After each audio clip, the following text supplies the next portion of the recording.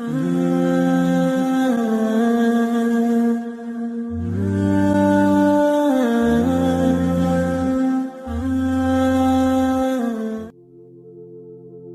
علی رضی اللہ تعالیٰ عنہ کے ایسے اقوال جو آپ کی زندگی کے جینے کا انداز ہی بدل دیں گے۔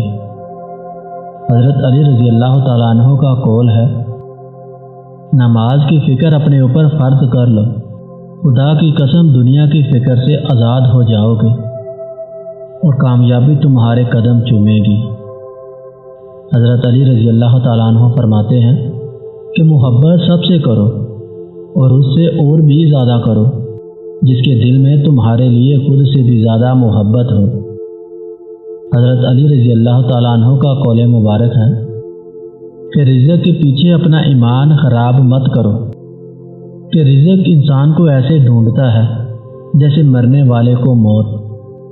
حضرت علی رضی اللہ تعالیٰ عنہ کا قول یہ بھی ہے کہ انسان کو اچھی سوچ پر وہ انعام ملتا ہے جو اچھے اعمال پر بھی نہیں ملتا، کیونکہ سوچ میں دکھاوا نہیں ہوتا۔